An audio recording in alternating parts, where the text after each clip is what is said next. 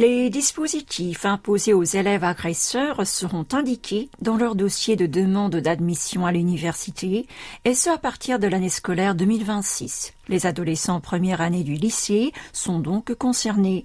C'est ce qu'a annoncé aujourd'hui le Conseil coréen pour l'éducation universitaire KCUE.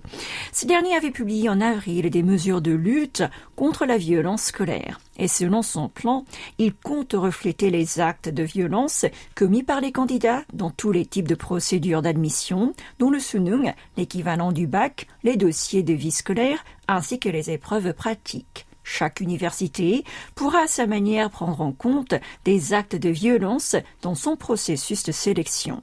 Les établissements d'enseignement supérieur doivent publier leur plan concret avant fin avril 2024 sur leur site internet. Selon les grandes lignes distribuées par le ministère de l'Éducation et le KCUE, les sanctions doivent être immédiatement inscrites sur les dossiers de vie scolaire des harceleurs.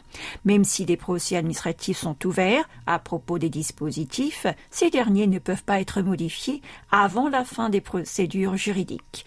Si les excuses écrites et le volontariat en milieu scolaire sont imposés à l'élève perturbateur et que celui-ci les accepte, les sanctions ne seront pas inscrites dans leur dossier. La suspension et le changement de classe laisseront leurs traces sur les documents pendant 4 ans après la fin des études, contre 2 ans actuellement.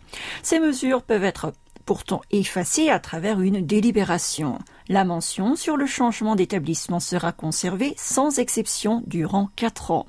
La grande rentrée scolaire en Corée du Sud est en mars et le sunung se déroule en novembre.